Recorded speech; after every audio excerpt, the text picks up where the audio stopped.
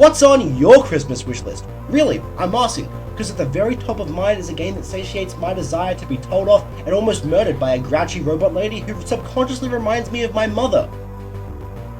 Gabe, you've done it again.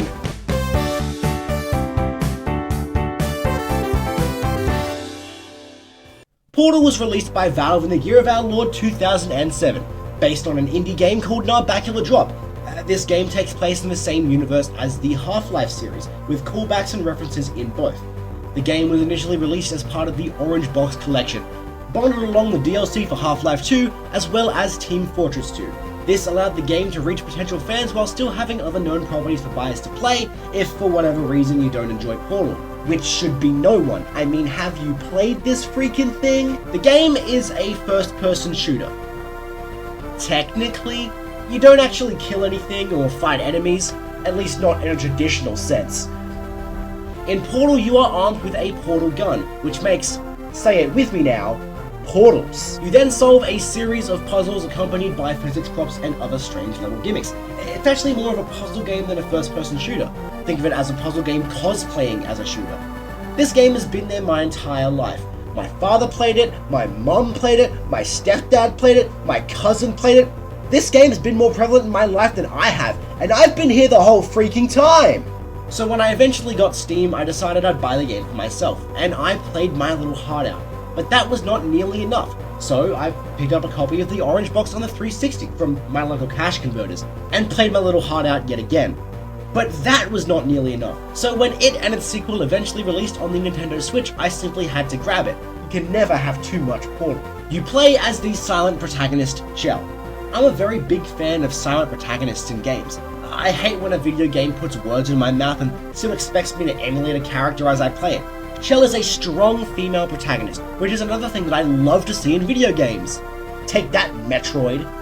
Chell is modelled after the voice actress and model Alyssa Glidewell. I don't think I'm saying that right. Donning an orange jumpsuit as she navigates the game, we never really find out why she's here or why she does these tests.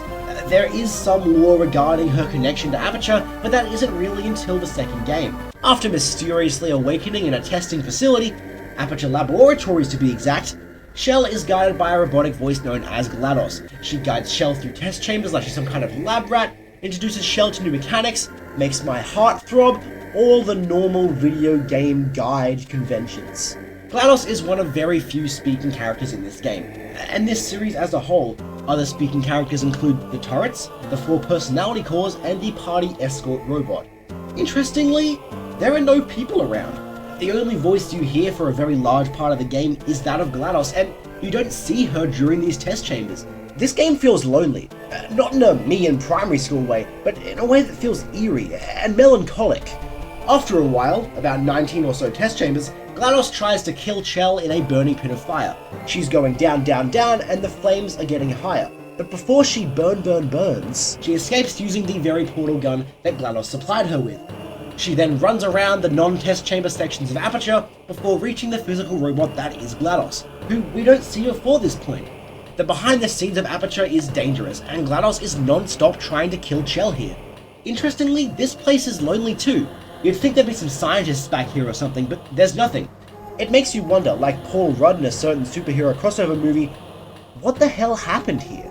Chell defeats GLaDOS in a heated final battle and the game ends. The original ending had Chell lying in the Aperture Laboratories car park, and then a fade to black.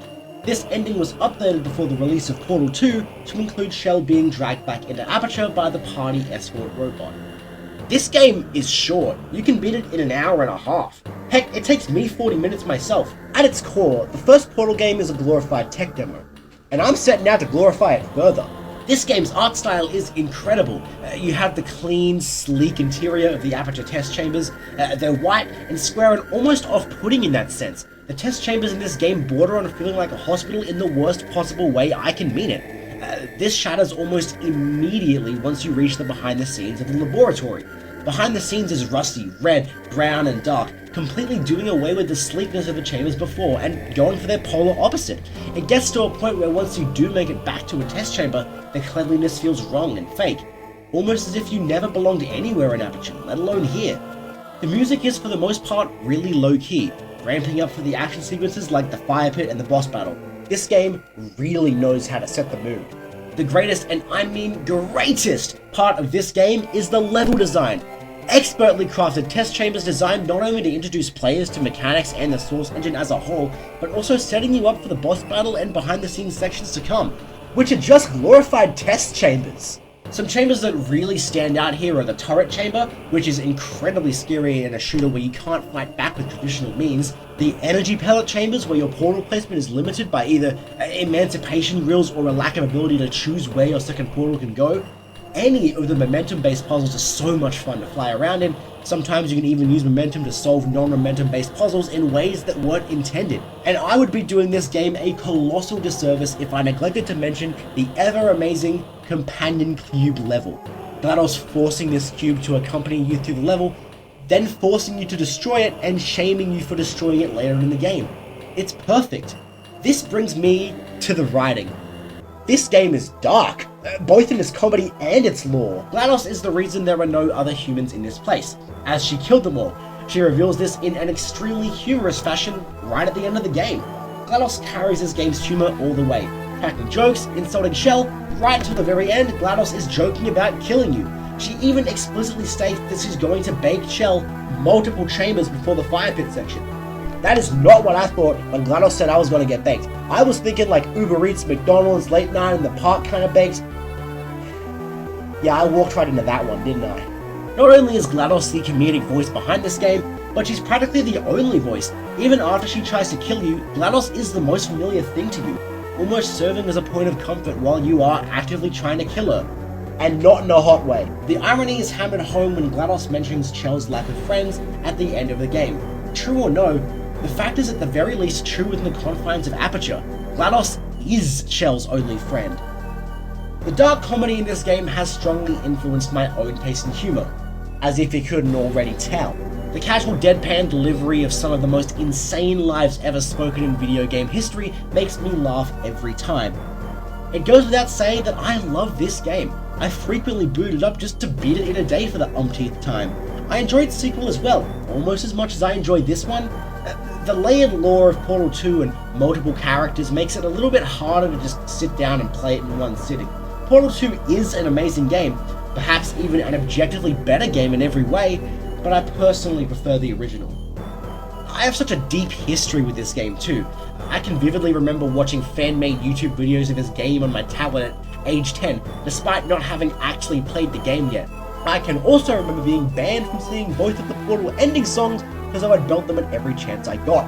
I wouldn't properly get my hands on and beat the first Portal for a couple of years, which I proceeded to do first try on account of all the videos I watched up to that point. Now, if you'll excuse me, I have to go and unpack my feelings for a robot who hides her murderous intent behind bullying and jokes with my therapist, who says that it's representative of some deep and long-standing trauma, whatever that means.